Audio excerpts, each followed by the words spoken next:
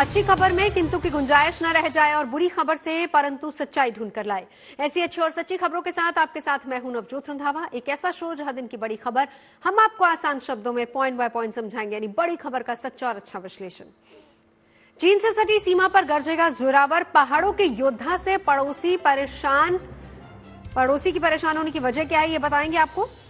आस्था के सबसे बड़े मेले में एआई की नजर है। महाकुंभ में कैसे एआई से साधुओं और श्रद्धालुओं की गिनती होगी, ये भी बताएंगे। और गीता के श्लोक, श्री कृष्ण के उपदेश। भोपाल में 9 मिनट में गीता पाठ का वर्ल्ड रिकॉर्ड।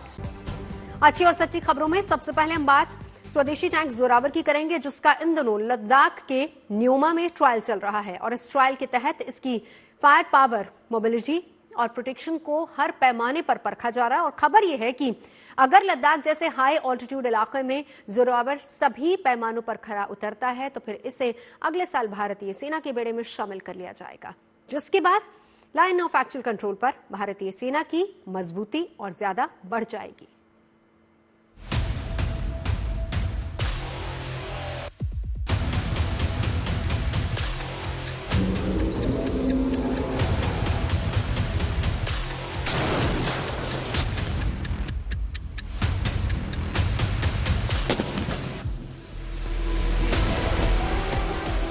मैदान और रेगिस्तान में दम दिखाने वाला हिंदुस्तान का यह स्वदेशी योद्धा जोरावर अब लद्दाख में अपने पराक्रम का प्रदर्शन कर रहा है।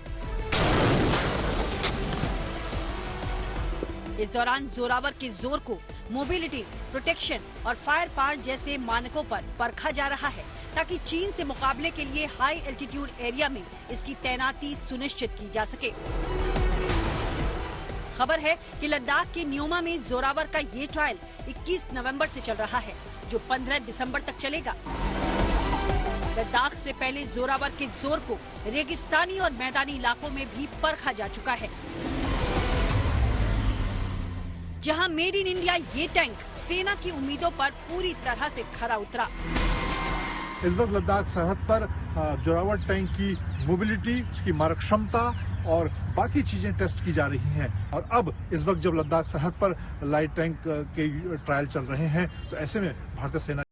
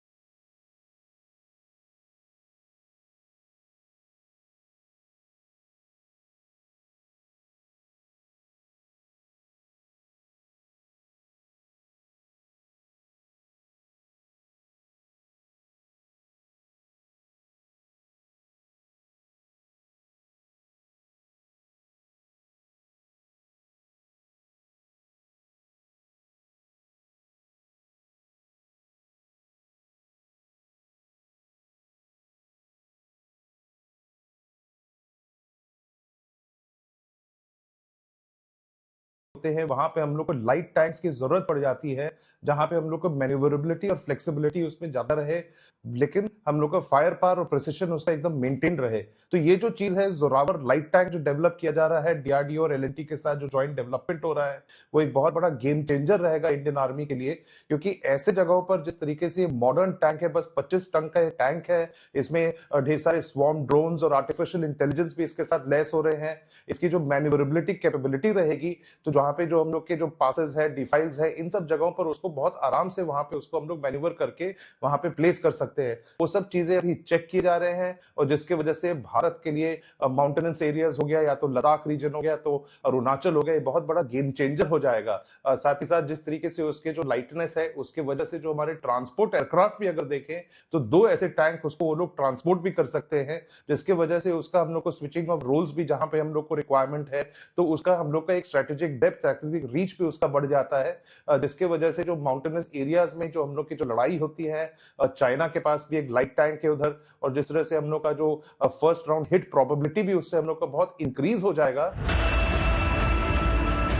दरअसल जब भारत का पूर्वी लद्दाख में चीन के साथ तनाव था, तो उस दौरान चीन ने लद्दाख बॉर्डर पर अपने हल्के लड़ाकू टैंक ZTQ-15 ब्लैक पैंथर तैनात किए थे, जिसके जवाब में भारतीय सेना ने अपने T-72 और T-90 टैंक मोर्चे पर तैनात किए थे, जिसके चलते चीन बैकफुट पर आया।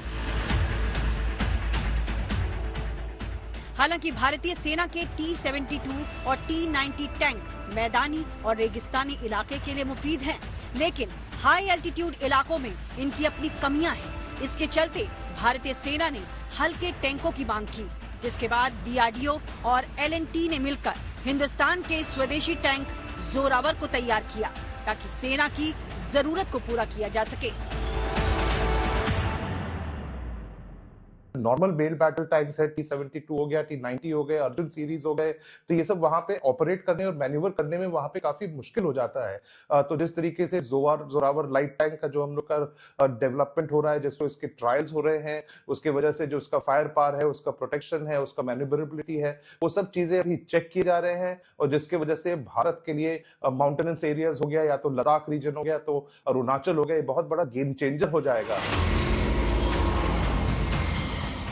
खबर है कि सेना ने 354 लाइट टैंकों की जरूरत बताई है, लेकिन अभी केवल 59 जोरावर टैंकों का ही ऑर्डर दिया गया है, जिन्हें अगले साल तक सेना में शामिल करने की तैयारी चल रही है। कहा जा रहा है कि इसके बाद इन टैंकों को LAC पर तैनात किया जाएगा, ताकि जरूरत पड़ने पर चीनी टैंकों को धूल चटाई जा सके। मंजीत नेगी के साथ bureau report, good news today. चलिए अब आपको लिए चलते हैं संगम नगरी प्रयागराज, जहां पर इन दिनों दुनिया के सबसे बड़े आध्यात्मिक मेले यानी कि महाकुंभ की तैयारियां जोर शोर से चल रही है। धर्म और आध्यात्म से जुड़ी इस आयोजन में इस बार टेक्नोलॉजी का भी सहारा लिया जाएगा, और खबर यह है कि योगी सरकार महाकुंभ में आने वाले श्रद्धालुओं की संख्या का सही आकलन करने के लिए आर्टिफिशियल इंटेलिजेंस तकनीक का इस्तेमाल करेगी, ताकि इस मॉडर्न टेक्नोलॉजी की मदद से दुनिया का सबसे बड़ा हेड काउंट एक नया रिकॉर्ड कायम कर सके। और इसके अलावा महाकुंभ मेले के सफल आयोजन के लिए भी दमकल कर्मियों की विशेष ट्रेनिंग इन दिनों चल रही है।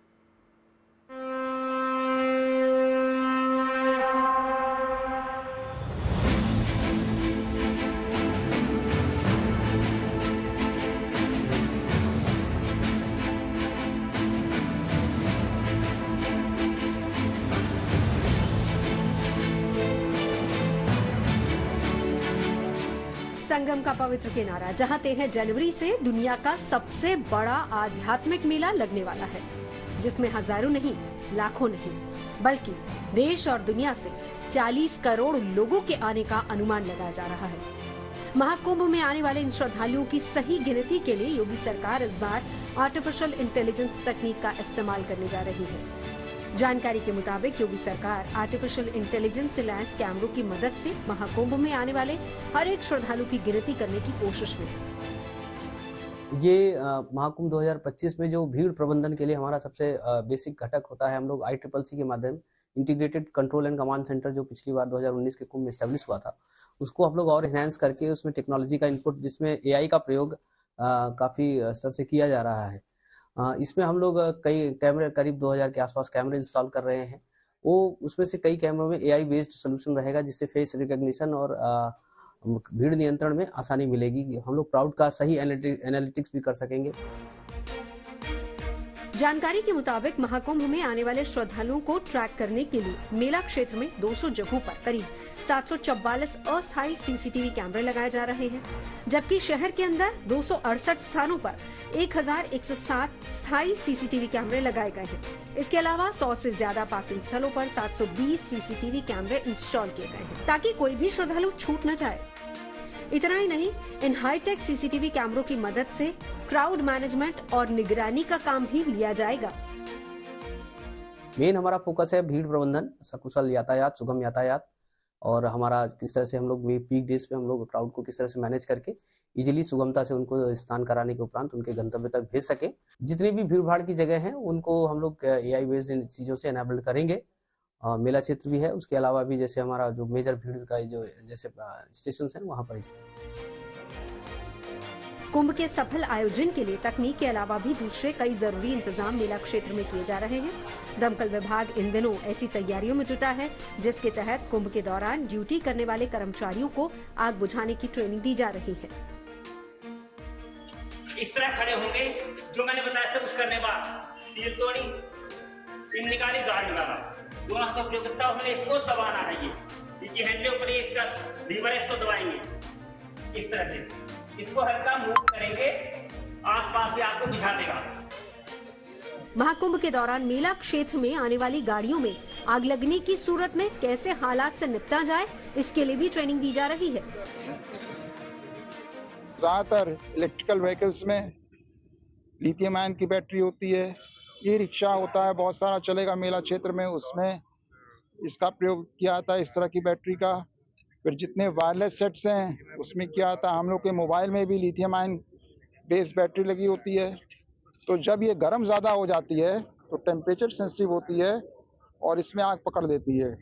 और क्योंकि इसमें खुद जो है बैटरी में, इसके सेल्स में ऑक्सीडाइजिंग एजेंट होता है, तो वो बहुत तेज़ी से आग को फैलती है। और ये सामान्य जो फायर एक्सटिंग्विशर होता है या पानी होता है या फोम टेंडर्स होते हैं, उससे इसकी आग नहीं बुझ पाती।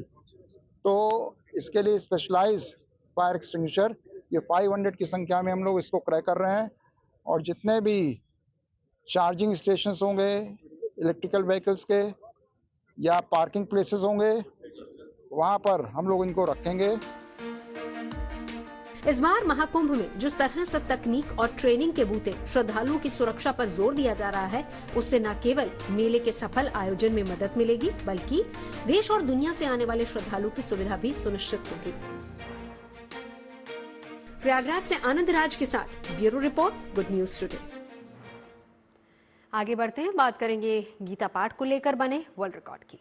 भोपाल में गीता के तीसरे अध्याय कर्म योग के 10 श्लोकों का सामूहिक पाठ किया गया और पहली बार 5000 से ज्यादा आचार्यों ने गीता का स्वर पाठ किया, तो जो करीब 9 मिनट तक चला, जिसके बाद Guinness book of world record के पदाधिकारियों ने वर्ल्ड रिकॉर्ड बनने की घोषणा कर दी और मंच पर ही मध्य प्रदेश के मुख्यमंत्री मोहन यादव को Guinness book of world record से जुड़ा सर्टिफिकेट भी सौंपा।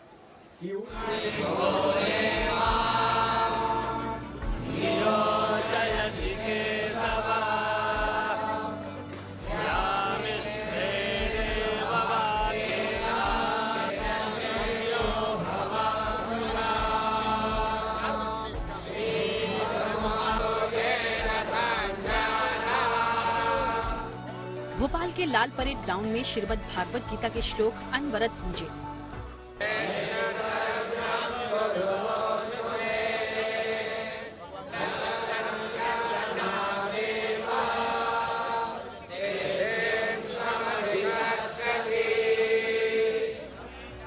मौका था गीता जयंती का, जिस पर 5000 से ज्यादा आचार्यों ने गीता के तीसरे अध्याय कर्म योग के 10 श्लोकों का सामूहिक पाठ किया। कुछ मिनट के लिए मोतीलाल नेहरू स्टेडियम गीता के अखंड पाठ से गुंजायमान हो उठा, जिसका मकसद नया वर्ल्ड रिकॉर्ड स्थापित करना था। मध्य प्रदेश की राजधानी भोपाल और उज्जैन में आज एक साथ हजारों बटुक गीता पाठ कर रहे हैं और गीता के तृतीय अध्याय कर्म योग का अध्याय जो है उसका पाठ करते हुए आज एक नया वर्ल्ड रिकॉर्ड बना है। और ये तस्वीरें आप देख सकते हैं, हम इस समय भोपाल में हैं और भोपाल में 5000 से ज्यादा बटुक, तो वहीं दूसरी तरफ उज्जैन में भी करीब 6000 बटुक एक साथ ये वर्ल्ड रिकॉर्ड अटेम्प्ट कर रहे हैं, जहां पर इन सभी को गीता के तीसरे अध्याय का एक साथ सस्वर पाठ करना है। गीता पाठ के दौरान Guinness book of world record की टीम भी मौजूद रही, जिनमें शामिल लोगों ने इस धार्मिक अनुष्ठान की निगरानी की। इस दौरान टीम की तरफ से हर आचार्य के हाथ में एक बैंड पहनाया गया था। इस बैंड में एक QR कोड था, उसी QR से पाठ करने वाले आचार्यों की काउंटिंग हुई। गिनीज वर्ल्ड रिकॉर्ड की टीम जो है वो यहाँ पे हर बटुक के पास जाकर के देख रही है। सामने अगर तस्वीरों में भी आप देखें तो हर बटुक के पास जाकर के वो टीम देख रही है कि वो पाठ कर रहे हैं या नहीं, क्योंकि ये वर्ल्ड रिकॉर्ड अटेम्प्ट है, गिनीज वर्ल्ड रिकॉर्ड अटेम्प्ट है और इस पे कोई कोताही ना बरती जाए। कोई कमी ना रह जाए, इसलिए वर्ल्ड रिकॉर्ड टीम जो है वो बकायदा हर बटुक के पास जाकर के देख रही है। इसके अलावा हर बटुक की यहाँ पे निगरानी जो है वो इनके हाथों पे जो बैंड बंधा हुआ है उस बैंड के जरिए जो स्कैनर है उसमें भी आप देख सकते हैं, उसके जरिए इनकी न केवल निगरानी हो रही है बल्कि इनका पूरा रिकॉर्ड जो है वो गिनीज वर्ल्ड रिकॉर्ड की टीम और मध्य प्रदेश सरकार के पास है और उसी के आधार पे ये आज वर्ल्ड रिकॉर्ड अटेम्प्ट हो रहा है। पहली बार 5000 से ज्यादा आचार्यों की तरफ से गीता के तीसरे अध्याय कर्म योग का सस्वर पाठ पूरा होने पर Guinness book of world record के एजुकेटर विश्वनाथ ने विश्व रिकॉर्ड की घोषणा की। I'm making the announcement right now that a new Guinness World Record has been made. Congratulations. इसके बाद राज्य के सभी साधु संतों, मंत्री और विधायकों की मौजूदगी में मुख्यमंत्री मोहन यादव को गिनीज वर्ल्ड रिकॉर्ड का सर्टिफिकेट सौंपा गया। आप सबको हम समर्पित कर रहे हैं माननीय मुख्यमंत्री Mohan Yadav Guinness book of world record की टीम की ओर से विशेष प्रमाण पत्र प्राप्त कर रहे हैं इस विश्व कीर्तिमान का। श्रीमद् भगवद गीता के श्लोकों के सस्वर कंठस्थ पाठ का ये कीर्तिमान माननीय आचार्य गणों की उपस्थिति में उनकी भागीदारी से संपन्न हुआ। हम आप सबके प्रति हार्दिक बधाई, आभार और शुभकामनाएं प्रेषित करते हैं। धार्मिक मान्यता है कि गीता के श्लोक भगवान श्री कृष्ण ने स्वयं उपदेश के रूप में कहे हैं। यही वजह है कि श्रीमद् भगवद गीता हिंदू धर्म का सबसे पवित्र ग्रंथ माना जाता है। जब ये कार्यक्रम में एक बात का उद्घोष हुआ कि 5000 साल पहले जो रिकॉर्ड बना था उस रिकॉर्ड के आधार पर उस समय तो कोई गिनीज बुक नहीं होगी, लेकिन वो सारी बुकों से ऊपर एक अपना परमात्मा का दिया हुआ दिव्य वाणी है जो लिपिबद्ध होकर के भगवान के मुखारविंद से निकले एक एक शब्द वो हमारे श्रीमद् गीता का हमारा एक पवित्र ग्रंथ के रूप में प्राप्त हुआ जो आज भी हमको कर्मवाद की शिक्षा देता है, भक्ति मार्ग की तरफ ले जाता है और सांख्य योग से भी परिचय कराता है। संस्कृत भाषा में लिखे इस ग्रंथ में 18 अध्याय और करीब 700 श्लोक मौजूद हैं। माना जाता है कि मोक्षदा एकादशी पर भगवान कृष्ण ने अर्जुन को गीता का ज्ञान प्रदान किया था, जिसे सुनकर वो महाभारत युद्ध के लिए तैयार हुए थे। भोपाल से रवीश पाल सिंह के साथ bureau report, good news today. आगे बढ़ते हैं। दिल्ली में बॉलीवुड के मशहूर कपूर परिवार ने प्रधानमंत्री नरेंद्र मोदी के साथ मुलाकात की और राज कपूर की 100वीं जयंती पर आयोजित होने वाले कार्यक्रम के लिए उन्हें आमंत्रित किया। इस मौके पर कुछ तस्वीरें सोशल मीडिया पर भी साझा की गई हैं। रणबीर कपूर और अरमान जैन ने राज कपूर से जुड़ी कुछ चीजें भी प्रधानमंत्री को भेंट की हैं। राज कपूर के परिवार से रणबीर कपूर, आलिया भट्ट, नीतू सिंह, रिद्धिमा कपूर साहनी, आदर जैन, करीना कपूर खान, सैफ अली खान, करिश्मा कपूर, अरमान जैन और उनकी पत्नी अनीसा मल्होत्रा और परिवार के अन्य सदस्यों ने प्रधानमंत्री से मुलाकात कर खुशी जाहिर की।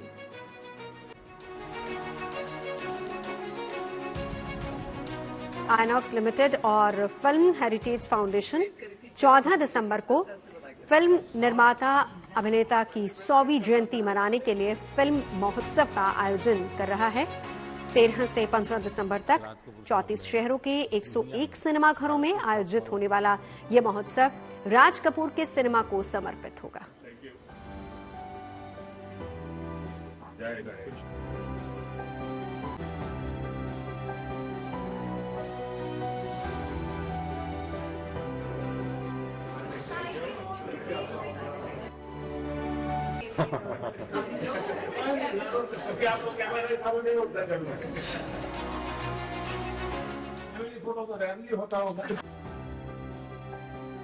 हमारी व्हाट्सएप फैमिली ग्रुप है।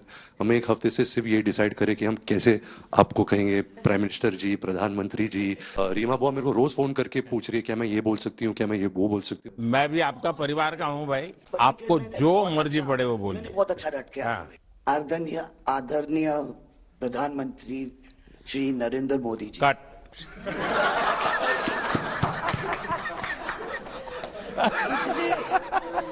इतने कीमती वक्त में आपने सबको आज यहाँ निमंत्रित किया राज कपूर के बर्थडे 100वीं बर्थडे पे अवसर पे। हम आपका शुक्रिया अदा करते हैं। और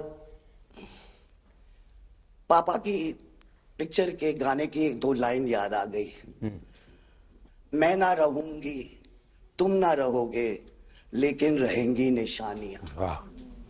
आपने इतना सम्मान प्यार दिया है, आज के दिन को सारी इंडिया देखेगी कि नरेंद्र मोदी जी प्राइम मिनिस्टर हमारे ने कितना सम्मान कपूर परिवार को दिया है। राज कपूर साहब का बहुत बड़ा योगदान है जी। आपका स्वागत करने का अवसर मिला और राज साहब का 100वां जन्मदिन यानी हिंदुस्तान की फिल्म इंडस्ट्री की स्वर्णिम यात्रा का वो कालखंड है जी। अब 1947 नीलकमल, अब 2047 को हम जा रहे हैं। 100 साल की एक प्रकार से जब यात्रा बनेगी। मम्मी और मैं, हम दोनों, बेबो, लोलो, हम सब योगा में बहुत रुचि रखते हैं। वैसे मैं दुनिया के जितने लीडर से मिलता हूँ, लंच डिनर अगर साथ में है तो मेरे अगल बगल में जितने भी है वो मेरे से योगा के लिए ही चर्चा करते हैं। एक छोटा सा ट्रिब्यूट है नाना जी के लिए। एक्चुअली दरअसल मेरा पहला फिल्म है एज अ प्रोड्यूसर एंड मेरा सपना था कि मैं अपने फैमिली के साथ कुछ करूं, तो सब इस फिल्म में है। मैं एक चीज बोल सकती हूँ? बिल्कुल। ये वो ग्रैंडसन है, राधा ग्रैंडसन्स, मेरे दोनों बच्चे, ये अपने नाना को मिले नहीं है और ये पिक्चर बना रहे हैं। और उनकी सब उस अरमान ने इतनी खोज की है हर चीज की, और उसमें थोड़ा बहुत just for him he is making. जो कुछ सीखे हम फिल्मों के माध्यम से और जो माँ ने सिखाया मुझे, उनसे सीखे हम। देखिए, जब आप रिसर्च करते हैं ना तो एक प्रकार से आप उसको जीते हैं जी, उस दुनिया को जीते हैं। तो आप बड़े भाग्यवान हैं जी कि भले आपने नाना जी को देखा नहीं, लेकिन नाना जी को जीने का आपको अवसर मिल रहा है। जी बिल्कुल बिल्कुल, ये बहुत बड़ा सपना है मेरा और I am really thankful, full family is part of this. मुझे याद है हमारे यहाँ इनके फिल्मों की ताकत क्या थी। जनसंघ का जमाना था और दिल्ली का चुनाव था, तो चुनाव में जनसंघ के लोग हार गए। तो अडवाणी जी, अटल जी ने कहा यार चुनाव तो हार गए, क्या करेंगे, तो चलो बोले मूवी देखते हैं। तो वो मूवी देखने गए, राज कपूर साहब की मूवी फिर सुबह होगी। जनसंघ के 2 नेता पराजय के बाद जाते हैं और मूवी देखते हैं फिर सुबह होगी, और आज फिर सुबह हुई। मैं चाइना में था, आपके पिताजी का एक गाना था, उसको वो प्ले कर रहे थे। तो मैंने मेरे साथियों को कहा, मैं इसका मोबाइल फोन पर रिकॉर्डिंग करो। मैंने ऋषि साहब को भेजा था। अच्छा। और वो इतने प्रसन्न हो गए। रणबीर के साथ हुआ है, वो गाड़ी में बैठा था और एक रशियन टैक्सी ड्राइवर था और उसने बोला कि are you from India? And he was singing a song, I am Raj Kapoor's grandson. से बेटा मैंने कहा था कि मैं उनका पोता हूं, तो हमेशा मुझे फ्री टैक्सी फ्री हो जाती है। एक काम हो सकता है क्या, खास करके सेंट्रल एशिया, कोई ऐसी फिल्म बने जो वहां के लोगों के दिल दिमाग पर, राज साहब आज इतने सालों के बाद भी, यानी आज भी उनका पूरा कंट्रोल है। मैं बताता हूँ जी, आज छोटे बच्चों को भी सिखाते गाने। हाँ, यानी उनके जीवन में प्रभाव है। मुझे लगता है कि सेंट्रल एशिया में बहुत बड़ी ताकत है जी। हमें पुनर्जीवित करना चाहिए, हमें इसको नई पीढ़ी तक जोड़ना चाहिए और एक लिंक बने। अब ऐसा कोई क्रिएटिव वर्क करना चाहिए और बन सकता है। अभी हाल ही में आप आई थिंक अफ्रीका गए थे और वहाँ भी मैंने एक क्लिप देखा था, आप एक जवान के साथ खड़े थे और वो उस टाइम मेरा गाना गा रहे थे। समझा, पर मैंने वो क्लिप देखा था और काफी लोगों ने मुझे भेजा था, सब लोग बहुत खुश हो गए। बट एक चीज मैं कहना चाहूंगी, गाना जो है जो दुनिया को यूनाइट करता है, स्पेशली जो हिंदी गाने होते हैं, मतलब लोग गाते ही रहते हैं, शायद शब्द उनको समझ में ना आए। और ये मैंने काफी देखा जब हम ट्रैवल करते हैं, खास करके of course with Raj Kapoor songs, but even now I think एक जो एक स्पेशल फीलिंग और एक सेंटिमेंट होता है हमारे गानों में, सब लोग बहुत इंस्टेंटली कनेक्ट करते हैं। और उसी के साथ एक क्वेश्चन था आपके लिए, क्या आप गाने सुन पाते हैं? मैं सुन पाता हूँ क्योंकि मुझे अच्छा लगता है। कभी मौका मिल जाए तो मैं जरूर सुन लेता हूँ। आप पहले प्रधानमंत्री हैं जिससे मैं मिला हूँ और आपने आंखों में आंख लगा के इतने मतलब पर्सनली हमसे मिले हैं और 2 बार मिले हैं। आप में इतनी अच्छी एनर्जी है और आप इतनी मेहनत करते हैं और आप जो करते हैं मैं आपको कंग्रेचुलेट करना चाहूँगा और थैंक यू।